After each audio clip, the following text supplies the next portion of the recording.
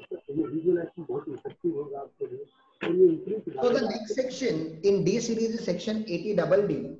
But before I can teach you section 80DD, let me teach you one more section, section 80U. Now, section 80U is about handicap assessing. This you already know. Okay, section 80U gives benefit to handicap. Now, mic on है तो एक बंद करने minute, बोला। Mic on है, मैं बंद कर देता हूँ, म्यूट ऑल कर देता हूँ। ओके,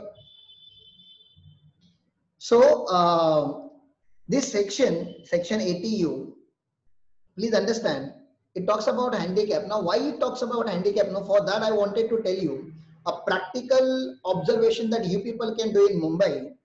आप लोग ना लाइफ में जब भी फ्रस्ट्रेट रहोगे ना, जब भी फ्रस्ट्रेट, ठीक है ना, पता नहीं आप फ्रस्ट्रेट कब रहते हो कि नहीं, मुझे तो नहीं लगता तुम लोगों की बातों से, लेकिन अगर हो जाओगे कभी, अगर तुमको ऐसा लगेगा कि तुम्हारी लाइफ बहुत टफ चल रही है, तो तुम लोग है ना दादर स्टेशन पे चले जाओ और दादर स्टेशन के ऊपर खड़े रहो दिन भर, फोन वगैरह यूज मत करो। बताया था सर, आपने बताया था। मैं तुमको फिर से बता रहा हूँ एक बात, वही मुझे पता है तुम लोगों को मैंने बताया हुआ है, कि दादर स्टेशन पे खड़े रहो और वो आप ट्रेन को ऑब्जर्व करो, जो ट्रेन आती है उसको ऑब्जर्व करो। ट्रेन में ना हैंडीकैप का डब्बा होता है, कितने डब्बे होते हैं पता है हैंडीकैप के?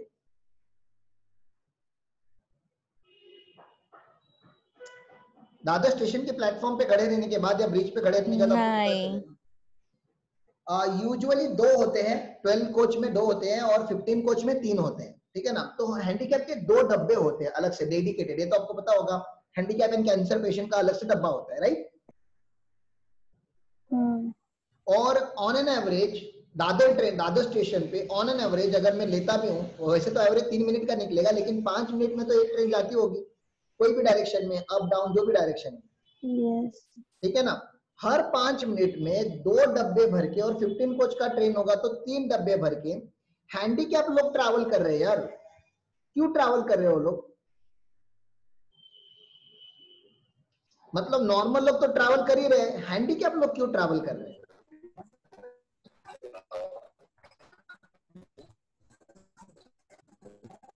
मैं माइक से बात कर रहा हूँ, उसका तो आवाज अजीब सा आवाज आ रहा है।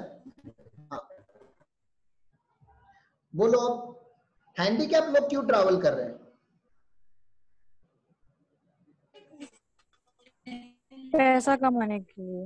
पैसा कमाने के लिए ट्रैवल कर रहे हैं। तो तुम्हें उनको देख के शर्म नहीं आनी चाहिए कि लोग हैंडीकैप होने के बाद भी, दोनों आंखों से ब्लाइंड होने के बाद भी, प्रेग्नेंट होने के बाद भी, कैंसर होने के बाद भी ट्रैवल करके मेहनत करके पैसा कमा रहे हैं, ठीक है ना। और अपने पास भगवान ने दिए हुए 2 हाथ 2 पैर, हाँ, बाकी पूरा बॉडी, दिमाग थोड़ा सा है लेकिन है तो है। तो तुम लोगों को थोड़ा तो ऐसा शर्म आना चाहिए उन लोगों को देख के कि अगर वो लोग स्ट्रगल कर रहे हैं और पैसा कमा रहे हैं, तो why can't we do that the same thing? ऐसा लगना चाहिए कि नहीं, बोलो? हाँ, ऐसा लगना चाहिए। और उनको देख के तुम्हारे मन में प्राउड भी फील होना चाहिए कि बोथ आई ब्लाइंड है फिर भी पैसे कमा रहा है, बोथ आई ब्लाइंड है फिर भी पैसे कमा रहा है। और उस करेज को हमारा सलाम, उस करेज को हमारा सलाम। अब सलाम मतलब तुम रिस्पेक्ट देके तो ना कि उसको अवार्ड तो, वो फूल और क्या बोलते हो मराठी में, वो शाल और श्रीफल तो दे दोगे नहीं ना, उसको कुछ तो मॉनेटरी बेनिफिट दो। गवर्नमेंट को उनका जो डेडिकेशन है वो उनको अप्रिशिएट करना चाहिए। वो अप्रिशिएट गवर्नमेंट ने किया एटीयू में। गवर्नमेंट ने एटीयू में क्या बोला पता है? कि अगर आप हैंडीकैप हो, नॉर्मल हैंडीकैप हो, ठीक है ना, नॉर्मल हैंडीकैप और सीवियर हैंडीकैप होता है। नॉर्मल हैंडीकैप हो तो आपको हम डिडक्शन देंगे 75,000 का, ठीक है ना। और ये स्टैंडर्ड डिडक्शन है। स्टैंडर्ड डिडक्शन मतलब आप खाली इतना हमें बता दो कि आप हैंडीकैप हो, बस आपको 75,000 का डिडक्शन। मतलब नॉर्मल लोगों का इनकम 2.5 लाख के बाद टैक्स नहीं होता, बरोबर ना। अगर किसी नॉर्मल एसएससी ने 6 लाख रुपया कमाया तो 6 लाख में का 2.5 लाख टैक्सेबल नहीं होगा, राइट? यस। लेकिन हैंडीकैप का क्या होगा? 2.5 लाख प्लस 75,000 टैक्सेबल नहीं होगा। समझ रहे आपको मैंने क्या बोला? 75,000 उसकी इनकम में से माइनस किया जाएगा व्हाइल कंप्यूटिंग टैक्स, तो उसको 75,000 का एडिशनल बेनिफिट हमने दिया हुआ है हैंडीकैप को। क्लियर है? हाँ, लेकिन अगर आप सीवियर हैंडीकैप हो, सीवियर हैंडीकैप मतलब असेसी सीवियर हैंडीकैप है, मतलब बोथ आई ब्लाइंड है, more than 80% body disable है, more than 80% body disable है, and still he is making money, still he is earning money, तो हमारा रिस्पेक्ट उसके लिए और बढ़ जाता है. And then we are paying him, we are giving him deduction of 1,25,000. ये भी स्टैंडर्ड डिडक्शन है. यहाँ पे आपको एसएससी को बताना पड़ता है कि his body is approximately disabled more than 80%. ठीक है ना, वो सर्टिफिकेट मेडिकल एसोसिएशन दे देती है. तो नॉर्मल हैंडीकैप 75,000, सीवियर हैंडीकैप 80%. अब मैं आपको अलग अलग क्वेश्चन पूछ रहा हूँ, ठीक है ना, आप मुझे बता दोगे. पाशा का पकड़ लो, क्रिकेट खेलते खेलते वो बॉल पकड़ने गया और उसका एक फिंगर टूट गया, एक फिंगर टूट गया. बोलो पाशा हैंडीकैप है कि नहीं है? नहीं है. क्योंकि हैंडीकैप मतलब आप समझो, हैंडीकैप मतलब मिनिमम जो है ना बॉडी का, मिनिमम बॉडी का 40% पार्ट तो डिसेबल होना चाहिए. ठीक है ना, तब जाके 80 यू में कवरेज होता है, ऐसा मेरा अंडरस्टैंडिंग है. तो 40% तक तो कोई डिडक्शन नहीं मिलेगा. 40% ऑफ डिसेबिलिटी, 5% डिसेबिलिटी, 8% डिसेबिलिटी के ऊपर कोई डिडक्शन नहीं मिलेगा. 40 to 80% का डिसेबिलिटी होगा तो 75,000 तक का डिडक्शन मिलेगा. और अबव 80% अगर होगा तो इसको सीवियर हैंडीकैप बोलते हैं, उसको 1,25,000 मिलेगा. अच्छा पकड़ लो, क्रिकेट खेलते खेलते कोई गिर गया या बाइक से कोई गिर गया और 2 महीने तक बेड रेस्ट किया गया, 2 महीने तक बेड रेस्ट दिया हुआ है, तो क्या उस ईयर में उसको हैंडीकैप बोला जाएगा? नहीं, वो बेड रेस्ट पे है. हैंडीकैप मतलब परमानेंट हैंडीकैप होना चाहिए. हैंडीकैप मतलब कैसा हैंडीकैप होना चाहिए? हैंडीकैप मतलब परमानेंट हैंडीकैप. फ्रैक्चर वगैरह हुआ है, एक्सीडेंट हुआ है, उसको हैंडीकैप नहीं बोलते. चलो आगे की बात करता हूँ. अपने बैच में कुछ कुछ लड़कियां हैं, ठीक है ना, जिनको टेक्नोलॉजी यूज करने नहीं आती. ठीक है ना, दे डोंट अंडरस्टैंड टेक्नोलॉजी. मतलब वो मोबाइल अगर परचेस करने जाना है ना, तो they choose mobile by looking at the colour of the mobile, कि इसका कलर पिंक है तो मैं परचेस कर लूंगी. ठीक है ना, उसका प्रोसेसर उसका रैम, उसका फोटो का कैपेसिटी, उसका iOS या उसका एंड्रॉइड वर्जन, वो सब लेना है ना. नहीं, ये अच्छा दिख रहा है, ये क्यूट दिख रहा है, इसलिए मुझे परचेस करना है. आप समझ रहे हो? तो उन लड़कियों को हम बोलते हैं these people are technologically handicapped. क्या उनको डिडक्शन मिलेगा?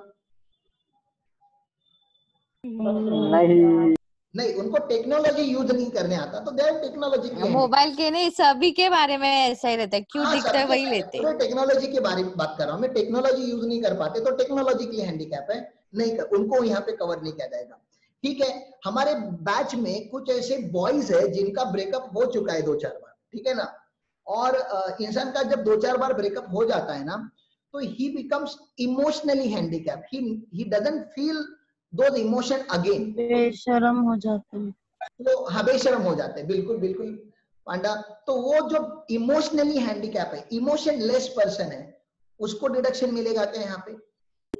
नहीं, बिल्कुल नहीं. नहीं मिलेगा. इमोशनली हैंडीकैप को भी डिडक्शन नहीं मिलेगा. अच्छा, अपने बैच में ऐसे भी कुछ लोग हैं जिनका दिमाग काम ही नहीं करता. ठीक है ना, मतलब एक लूनाटिक के बाजू में उसको बिठा दोगे ना, तो यू विल गेट कंफ्यूज कि एग्जैक्टली लूनाटिक है कौन, अनसाउंड माइंड है कौन. ठीक है ना, डोंट लुक एट मी. हाँ, ठीक है ना. हाँ, दिख रहा है, लूनाटिक दिख रहा है. हाँ, तो these people are mentally handicapped. Lunatics होते हैं ना, दे आर मेंटली हैंडीकैप. क्या उनको कवर किया जाएगा?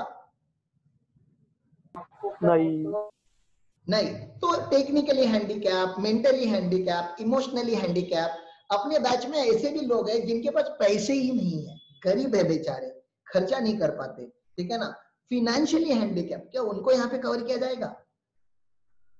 नहीं. तो कौन से टाइप के हैंडीकैप को यहाँ पे कवर किया जाता है? कौन से टाइप के? Orthopaedically handicap. कौन से हैंडीकैप? ऑर्थोपेडिकली. ऑर्थोपेडिक समझते हो ना? जिसके हाथ पैर नहीं हो, मतलब हड्डियां नहीं काम कर रही है. ठीक है ना, technically. So this is what I wanted to tell you. चलो अच्छी बात है. तुम्हें कितने लोगों को, कि तुम में से ऐसे कितने लोग हैं जिनको हैंडीकैप को देख के बुरा लगता है? ऐसे थोड़ा, मतलब बेचारा, ऐसा फीलिंग आता ना? ऐसा सबको लगता है. अच्छा, नहीं कुछ हरामी होते हैं, चलो तुम में से, तुमके पास इमोशन है. मुझे एक बात बताओ, अगर तुम्हारे फैमिली में कोई हैंडीकैप होगा, फैमिली में, ठीक है ना, अगर कोई फिजिकली डिसेबल होगा, तो तुम्हें तुम्हारा ये बर्थडे पे दिन पे आजकल फैशन आ चुका है कि जाते हैं, डोनेशन करते हैं, ये करते हैं, वो करते हैं, बाहर समाज सेवा करते हैं, अनाथ आश्रम में जाके कुछ देकर आते हैं, गरीब बच्चों को और वीडियो निकालते हैं। हाँ, और वीडियो निकालते हैं। हाँ वीडियो निकालते, वो तो है, देखो फेमस होना है तो कुछ ना कुछ तो करना ही पड़ेगा, क्या कर सकते हैं। लेकिन कुछ चलो अच्छा काम करते हैं। मुझे क्या बता, मैं क्या बता रहा हूँ, ये असिसी है और इसके घर में ही कोई हैंडीकैप है जो इसके ऊपर डिपेंडेंट है, ठीक है ना, ये असिसी है हमारा और इसके घर में ही कोई हैंडीकैप है, ठीक है ना। तो आपको क्या लग रहा है, इसको चैरिटी करने के लिए घर के बाहर जाने की जरूरत है क्या? बोलो। नहीं नहीं, चैरिटी करने के लिए घर के बाहर जाने की जरूरत नहीं। इस हैंडीकैप का बेचारे का अगर वो टेक केयर कर लेगा ना, तो इसके नाम पे लाइफ इंश्योरेंस पॉलिसी निकाल लेगा या इसका मेडिकल एक्सपेंडिचर का खर्चा उठा लेगा। तो आपको नहीं लग रहा we should feel proud about this assessee? बोलो। यस घर में कोई हैंडीकैप है और उसका पूरा वो रिस्पॉन्सिबिलिटी ले रहा है बेचारा। तो हमने इसको ना 80DD में डिडक्शन दिया हुआ है, डिपेंडेंट डिसेबल्ड। इसका नाम याद कैसे रखेंगे हम? Dependent disabled. क्या बोलेंगे इसको? 80DD को डिपेंडेंट डिसेबल्ड। तो 80DD में हम ना 80 को डिडक्शन देते हैं जब उसके घर में कोई हैंडीकैप होता है। नॉर्मल हैंडीकैप होगा तो 75,000 का डिडक्शन और सीवियर हैंडीकैप होगा तो 1,25,000 का डिडक्शन। सर वो मेरे बाजू में एक हैंडीकैप है, पकड़ लो, घर के बाजू में। आप लोग चौल वगैरह में रहते हो ना, तो आजू बाजू वालों से आपका रिलेशन अच्छा होता है। तो बाजू में कोई, तो बाजू के घर में कोई हैंडीकैप है, मैंने उसको ना 5 रुपए का पार्ले जी लेकर गया सर, क्या मुझे डिडक्शन मिलेगा 80DD में 75,000 का, क्योंकि मैंने अच्छा काम किया? मिलेगा नो डिडक्शन? मिलेगा क्या? नहीं नहीं मिलेगा। अच्छा पकड़ लो, आशीषी के फादर हैंडीकैप है, आशीषी के फादर हैंडीकैप है, उसके लिए फादर के लिए उन्होंने 2,000 रुपए का कुछ खर्चा किया मेडिकल एक्सपेंडिचर या लाइफ इंश्योरेंस वगैरह में, 2,000 रुपया रहा। अब कितना डिडक्शन मिलेगा आशीषी को? आशीषी के फादर हैंडीकैप है, 2,000 खर्चा किया उसने, कितने का डिडक्शन मिलेगा? पूरा 2,000। 2,000 का नहीं विजय, डिडक्शन मिलेगा 75,000 का, क्योंकि ये जो नंबर है ना, ये स्टैंडर्ड डिडक्शन है। स्टैंडर्ड डिडक्शन समझते हो? स्टैंडर्ड डिडक्शन मतलब मिलेगा तो पूरा 70, जितना है उतना। नहीं मिलेगा तो बिल्कुल नहीं मिलेगा। आपने खर्चा करना है आपको। अच्छा 2 लाख खर्चा किया तभी भी कितना मिलेगा बताओ? 75,000 और सीवियर हैंडीकैप होगा तो 1,25,000। वो तो सिचुएशनल है। चलो अच्छी बात है। अच्छा मैं आप लोगों को सेक्शन दिखा देता हूँ और फिर हम लोग बातें करेंगे आगे की। अभी आपको लिखने की तो जरूरत है नहीं, लिख तो लिया आप लोगों ने पहले ही। बाजू वाले अंकल तोड़फोड़ छोड़ के अभी हैमर से ठोकर है, ठीक है ना। डिस्टर्बेंस मतलब करने का पूरा अपना रिस्पॉन्सिबिलिटी है उनका। आज उन्होंने बोला है कि आज बैच को पूरा डिस्टर्ब करके रखो। आज आपके डेडिकेशन का टेस्टिंग किया जा रहा है कि क्या इतना डिस्टर्बेंस होने के बाद भी आप बैच अटेंड कर पाओगे? क्या एग्जाम पोस्टपोन होने के बाद भी बैच अटेंड कर पाओगे? क्या गर्लफ्रेंड का मैसेज आ रहा है फिर भी बैच अटेंड कर पाओगे? लास्ट वाला थोड़ा, लास्ट वाला तो ये साले जिसके पास है ही नहीं वो क्या हाँ बोलता है रे? क्या बैच अटेंड करेंगे ना तभी भी डिस्टर्ब होगा तो भी। हाँ नहीं वो लास्ट वाला, मैं गर्लफ्रेंड वाली बात कर रहा था। बोला गर्लफ्रेंड लास्ट वाला अपने को नहीं चलता, अपने को नहीं चलता लास्ट वाला। गर्लफ्रेंड बोल रही है baby I am missing you badly, क्या करेगा? लेक्चर अटेंड करेगा? जिनका है उनको पूछो। हाँ वही तो मैं बोला था ना, तूने हाँ हाँ बोला ना, मैंने बोला ना जिनका नहीं है वो हाँ बोले। मैंने बाकी के 2 किले बोला, मैंने बाकी के 2 किले। अच्छा बाकी के 2 के लिए बोला तो ठीक है। विजय देखा, विजय कितना सीधा साधा लड़का है, जितना उसके मन में सच है ना सारा सच बोलता है। तुम लोग उससे कुछ सीखो और उससे सीखने के लिए तुमको पता है क्या करना पड़ेगा?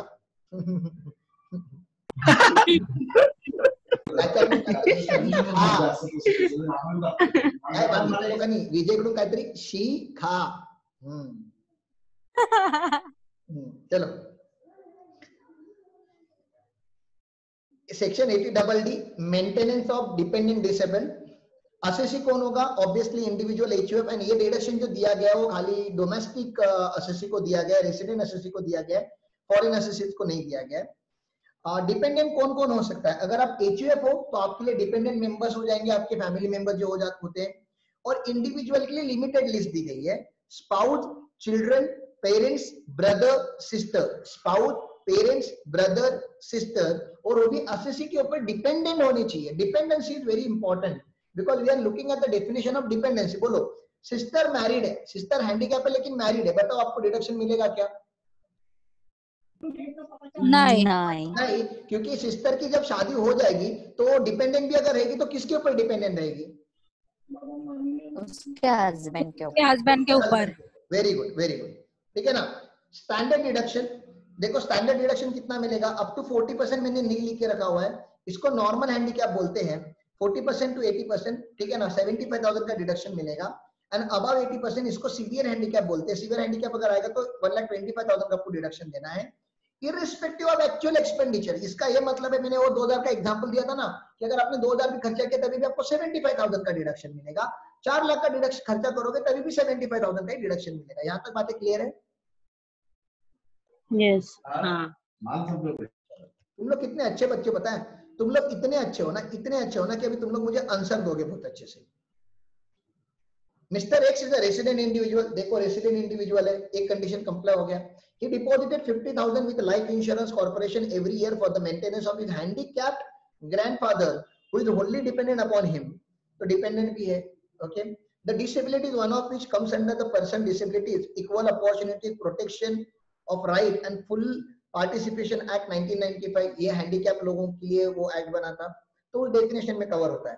A copy of certificate from medical authority submitted, ये कंडीशन है कि हैंडीकैप अगर हैंडीकैप है तो उसको सर्टिफिकेट लेना पड़ेगा। Compute the deduction available under section 80DD for AY 2021। बताओ डिडक्शन कितना मिलेगा 80DD?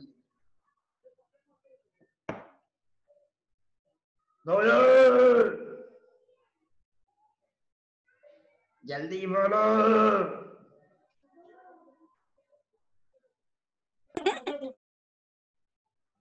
सालो हंसो मत, मैं गुस्सा कर रहा हूँ, जल्दी बोलो डिडक्शन कितना मिलेगा? ताई डिडक्शन कितना मिलेगा? विजय किधर गया? पांडा तू तो 75 50,000 75 विजय तू बता। 75 विजय 75। 70 क्या बताऊं? तू बता ना, आंसर तो बता। 75 बोला ना तूने? डिडक्शन नहीं मिलता। मैंने कुछ नहीं बोला, मेरे तो बोल रहा हूँ नहीं मिलेगा, ग्रैंडफादर है। हाँ विजय देखा, तेरा दिमाग खुल गया है। तू जो खा रहा है ना सबके लिए बांट, ठीक है ना? ये ग्रैंडफादर है ना। डिपेंडेंट है। अरे बाबा, ग्रैंडफादर को कब से डिडक्शन मिलने लगा? तुमको अभी अभी मैंने फैमिली का डेफिनेशन सिखाया। हाँ, फैमिली का डेफिनेशन क्या है, किसको? आपका आवाज नहीं आ रहा है। अरे मैंने बोला फैमिली में कौन कौन है, देखो इसके डिपेंडेंसी के डेफिनेशन में कौन कौन कवर होता है? Spouse, children, parents, brother and sister. समझ रहा है? ग्रैंड पेरेंट का एक्सपेंडिचर किसको करना चाहिए था? पापा को। उसके बेटे को।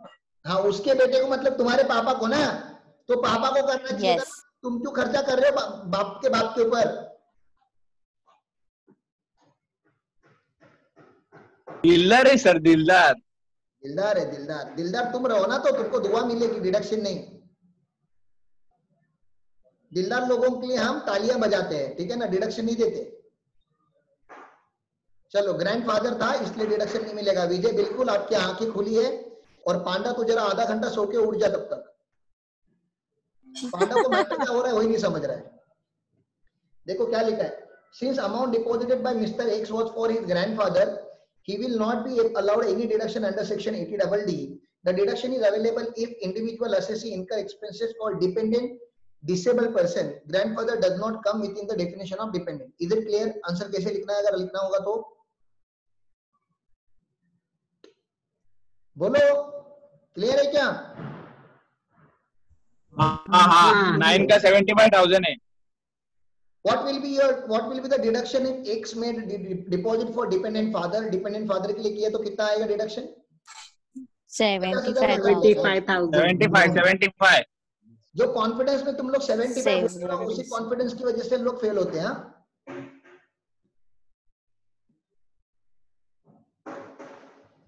75 बिल्कुल राइट आंसर है अगर ये बीकॉम का एग्जाम होता। अब बताओ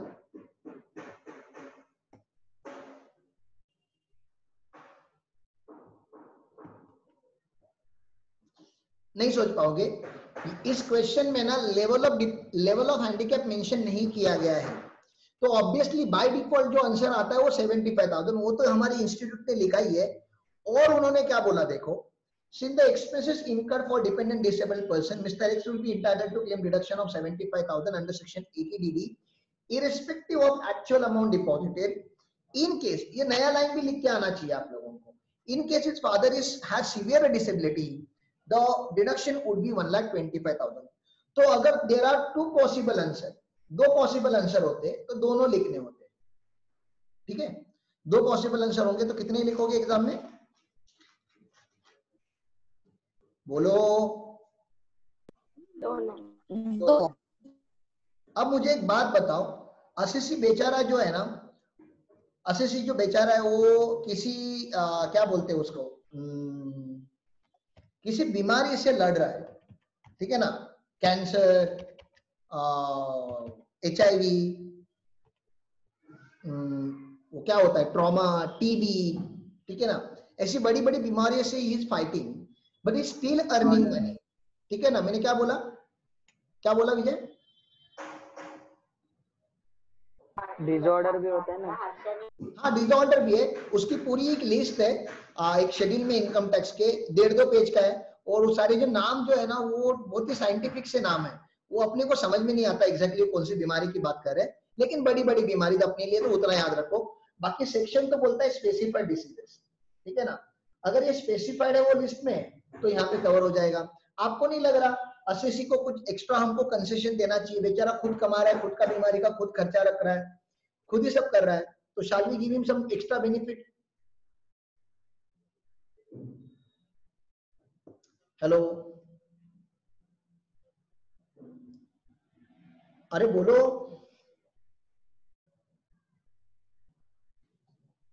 तो सुना ही नहीं मैंने, अभी बोलो जरा वापस। मैंने क्या बोला, असेसी जो है ना, assessee suffering with some kind of serious disease, ठीक है ना, HIV, कैंसर, TB, ऐसा कुछ उसको सीरियस डिसीज हुआ है, और वो बेचारा खुद जाके खुद कमाता है, खुद पैसे कमाता है, खुद अपने हेल्थ केयर के ऊपर खर्चा करता है।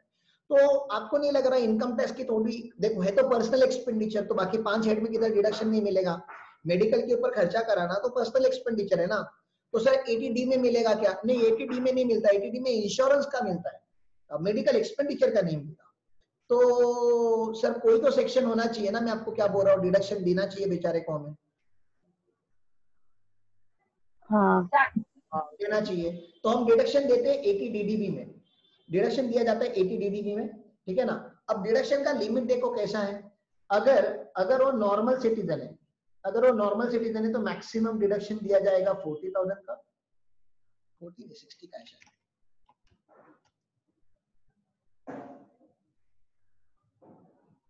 40 का, ठीक है। पहले अलग था 40, 60, 80 था, अब 40 और 1 लाख हो चुका है। अगर असिसी अगर नॉर्मल है, नॉर्मल सिटीजन है, मतलब एज 60 से कम है तो 40,000 का, और असिसी अगर रेसिडेंट सीनियर सिटीजन है, रेसिडेंट सीनियर सिटीजन है तो मैक्सिमम जो है वो हो जाता है 1 लाख रुपए का। और इसको कंपेयर करना होता है मेडिकल एक्सपेंडिचर के साथ, मेडिकल एक्सपेंडिचर के साथ। चलो मान लेते हैं असिसी ने ना 2 लाख रुपया खर्चा किया, एक्चुअल मेडिकल एक्सपेंडिचर 2 लाख रुपया है, ठीक है ना। कितना मैक्सिमम डिडक्शन देंगे? नॉर्मल असेसी है, नॉर्मल असेसी मैक्सिमम डिडक्शन कितना देंगे? 40। मैक्सिमम कितना देंगे? 40,000। इन दोनों में का लेना होता है विच एवर इज लोअर, वो ले लिया हमने एलिजिबल अमाउंट, और इसका एम्प्लॉयर आया उसको देखने के लिए, बेचारा हॉस्पिटल में एडमिट था, एम्प्लॉयर वो क्या फ्रूट्स वगैरह लेकर आ गया था। आपको नहीं लग रहा एम्प्लॉयर की उससे थोड़ी ज्यादा रिस्पॉन्सिबिलिटी है कि खाली फ्रूट्स और पार्ले जी का बिस्किट ना देके जाए और भी कुछ कंट्रीब्यूट करे? क्या लग रहा है आपको? यस एम्प्लॉयर को थोड़ा पैसा देना चाहिए। तो एलिजिबल अमाउंट तो 40,000 था, उसका बिल 2 लाख रुपए का आया था और आज उसका डिस्चार्ज हो रहा है, तो एम्प्लॉयर ने बोला टेंशन मत ले, मैं 35,000 देता हूँ, ठीक है ना। तो यहाँ से मैं लेस कर रहा हूँ amount given by employer, amount given by employer या इंश्योरेंस कंपनी, कभी कभी इंश्योरेंस होता है तो इंश्योरेंस कंपनी खर्चा दे देती है। उसने 35,000 दे दिया, तो डिडक्शन कितना मिलेगा पता है फाइनली एसएससी को? डिडक्शन मिलेगा 5,000 का। आपको नहीं लग रहा सेक्शन में कुछ गलत है? लीगली थोड़ा इश्यू है सेक्शन में। ट्रीटमेंट तो ऐसी है, मैंने सेक्शन पढ़ा दिया आप लोगों को। मेरे बुक में का एग्जांपल मैं आपको दिखा देता हूं तो आपको समझ में भी आ जाएगा। देखो एलिजिबल एसएससी मैंने क्या बोला, इंडिविजुअल एचयूएफ। डिपेंडेंट कौन है यहाँ पे? सेम मेंबर है, एचयूएफ के लिए मेंबर है, या इंडिविजुअल के लिए spouse, children, parent, brother, sister, वो एटीडी और डीडीबी के सेम लोग हैं। डिडक्शन कैसे मिलेगा sir? Actual amount of expenditure या मैक्सिमम लिमिट। मैक्सिमम लिमिट दो है, नॉर्मल या सीनियर सिटीजन का, विचर इज लोअर। फिर एलिजिबल अमाउंट आता है, एलिजिबल अमाउंट में से अगर कहीं एम्प्लॉयर ने कुछ दिया होगा या इंश्योरेंस कंपनी ने कुछ दिया होगा तो माइनस हो जाएगा, and then the net amount will be available as a deduction under section 80 DDB. Okay, एक एग्जांपल हमने लिया यहाँ पे, associate incurred 85,000 as a medical expenditure for treatment of specified disease, his employer reimburses 30,000, compute the amount of deduction। तो मैंने क्या बोला, 85,000 actual expenditure, maximum amount जो होगा नॉर्मल सिटीजन है तो 40,000, whichever is lower eligible amount आया 40,000, उसमें का 30,000 रुपया एम्प्लॉयर ने दिया था तो वो माइनस हो गया और डिडक्शन मिला 10,000 का ही। बोलो आपको कुछ लग नहीं रहा कि कुछ गलत हो रहा है सेक्शन में? Something is wrong with the section? Do you feel something is wrong? Limit लगा दिए इसके लिए, उसको डिडक्शन कम मिल रहा है। उसने खर्चा कितना किया है? 85,000 का, और उसको डिडक्शन कितना दिया जा रहा है? यस 10,000 का। होने के लिए कैसा 10,000 पता है? 85,000 में से माइनस होना चाहिए था एम्प्लॉयर ने कितना दिया, 30,000, और नेट आना चाहिए था एलिजिबल अमाउंट कितना, 55,000। 55,000 या 40,000 विच इज लोअर, ऐसा होना चाहिए था, लेकिन ऐसा नहीं है। ठीक है ना? तो इमोशनल नहीं होना है एग्जाम में, जैसा मैंने पढ़ाया वैसे ही आंसर निकालना है। ओके, कुछ बच्चे एक्स्ट्रा दिमाग लगाते या ऐसा गलत आंसर निकाल के दिया हुआ है मुझे स्टूडेंट ने, इसलिए मैंने बताया वैसा वो गलत आंसर आएगा। लॉ यही बोलता है एलिजिबल अमाउंट में से सब्ट्रैक्शन होगा। ओके चलो आगे। वो सीनियर सिटीजन 1 लाख का डिडक्शन क्लेम करेगा जब भी वो खुद वो अर्न कर मतलब इनकर्ड कर रहा होगा एक्सपेंडिचर, हाँ तब भी। हाँ खुद ही एसएससी को खुद ही इनकर करेगा तो ये डिडक्शन है, स्टैंडर्ड डिडक्शन नहीं है। जितना खर्चा करेगा उतना ही डिडक्शन।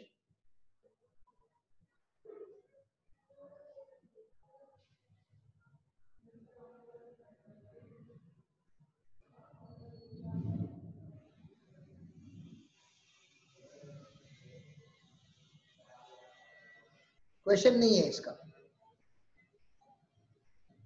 समझा? चलो आगे। ओके, 80E से जो सीरीज चालू होती है ना, ई से, ई की पूरी सीरीज जो है ना वो लोन की है, लोन और उसके इंटरेस्ट की। ठीक है ना? तो ई में ज्यादा कुछ है नहीं बोलने लायक, तो ई तो इजी है। एजुकेशन लोन लोगे उसका इंटरेस्ट का डिडक्शन मिलता है। किसका डिडक्शन मिलता है? इंटरेस्ट का। तो एजुकेशन लोन लिया है किसी ने अपने लाइफ में, अपनी बैच में? Has anybody availed any education loan? No. अरे सालो तुमने ढंग का एजुकेशन ही नहीं लिया तो तुम्हारा बाप थोड़ा के तुम्हारे ऊपर लोन लेके पैसा लगाएगा। हाँ, पापा को भरोसा भी तो होना चाहिए कि लोन लूंगा, इसको अच्छे स्कूल में पढ़ाऊंगा। पापा को पूछे, पापा बोलेगे पागल है तेरे पे कौन पैसा लगाएगा, मैं एक लंगड़े घोड़े पे पैसा लगा दूं, तेरे पे नहीं लगाऊं। जाने दो, एक दिन सीए में बन के हम पापा को गलत प्रूव करेंगे, टेंशन नहीं। ठीक है ना? नहीं अरे आई हैव सीन पीपल, वो अपने बच्चों पे क्या खर्चा करते एजुकेशन पे, मतलब अनबिलीवेबल। ठीक है ना? अनबिलीवेबल मतलब अनबिलीवेबल। मेरे कांटेक्ट में कुछ ऐसे लोग हैं जिनका छोटा भाई आयरलैंड में पढ़ने गया हुआ है, उनके पास पैसे नहीं तो उन्होंने 4 लाख का लोन लिया और भेजा उसको। इतना डेडिकेशन घर वालों का। मैं बोलता इधर नोटबुक चाहिए मुझे 40 रुपए की, क्लासमेट की तो कान के नीचे बजा देते, बोलते थे जो पुराने साल की, जो लास्ट ईयर की जो आधी खत्म की ना, जो हाँ, क्या जाने दो यार, क्या जाने दो, अपना गम क्या बताए। But there are parents who are taking education loan and they are providing better education, higher education, MBA वगैरह, वो एमबीबीएस वगैरह जैसे higher education to their children. Don't you think we should appreciate this kind of parent? Yes ये ठीक है ना, जो हमारे पास नहीं है लेकिन चलो है, ऐसे दुनिया में होते, अप्रिशिएट किया जा रहा है। अब अप्रिशिएट कैसे किया जा रहा है, तो देखो principal amount is not a cost. Principal amount किसी के लिए कॉस्ट नहीं होता। कैसे 10 लाख रुपए का लोन लोगे और 10 लाख रुपए अगर रिपेमेंट करोगे तो आपने तो कुछ कॉस्ट उठाया नहीं ना, बैंक का पैसा लिया बैंक को दे दिया। तो अगर आपने 10 लाख रुपए का लोन लिया और 12 लाख रुपए रिपेमेंट किया तो आपने कॉस्ट कितना इनकर्ड किया, आपके लिए कॉस्ट कितना है 2 लाख। तो जो 2 लाख रुपए का आपने इंटरेस्ट भरा ना, उस इंटरेस्ट का डिडक्शन हम देंगे एटीई में, because E stands for education, ऐसे याद रखो, ई स्टैंड्स फॉर एजुकेशन, ठीक है ना। तो एजुकेशन के लिए अगर आपने लोन लिया होगा तो हम बहुत ही खुश हो जाते हैं। अब बताओ सर किसके लिए एजुकेशन लोन लिया है, सर मेरी No. गर्लफ्रेंड पढ़ना चाहती है आगे, क्या मैं उसके लिए एजुकेशन लोन ले लूं? नो नहीं लेना चाहिए। 2 रिस्क है, एक तो गर्लफ्रेंड अगर बहुत ज्यादा पढ़ लेगी तुम लोगों से तो कोई और बॉयफ्रेंड पकड़ के निकल जाएगी, ठीक है ना, और she doesn't come in the definition of relative. तो एलिजिबल एसएससी कौन है, इंडिविजुअल। पर्पज क्या है, देखो purpose education loan for higher studies, education loan for higher studies. तो हायर स्टडीज कब चालू होती है, after HSC, after +2, after +2 HSC, higher and secondary. ये एचएससी थोड़ा क्या होता है, एचएससी होता है हाँ हायर सेकेंडरी सर्टिफिकेट ना। एचएससी का फुल फॉर्म क्या है भाई? So voice is breaking. अरे एचएससी का फुल फॉर्म क्या है, फुल फॉर्म क्या है एचएससी का? Higher secondary certificate, Higher secondary education. Education ले सी होता है, सी।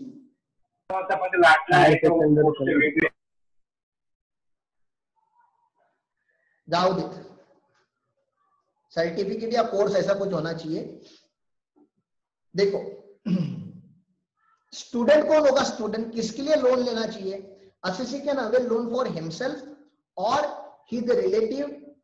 रिलेटिव में कौन आता है, spouse, child and child for which SSC is the legal guardian, ठीक है ना। और पीरियड ऑफ डिडक्शन कितना है, 8 इयर्स तक का। मतलब वो बता रहा है 8 इयर्स तक तो आपका एजुकेशन लोन रिपे हो जाना चाहिए। 8 इयर्स से ज्यादा अगर एजुकेशन लोन आउटस्टैंडिंग है तो हम उसका बर्डन नहीं लेंगे। बताओ रिलेटिव के डेफिनेशन में कौन नहीं दिख रहा है आप लोगों को, जल्दी बोलो, मेरे पास कम टाइम है, 1 मिनट से कम है, जल्दी बोलो कौन नहीं दिख रहा है।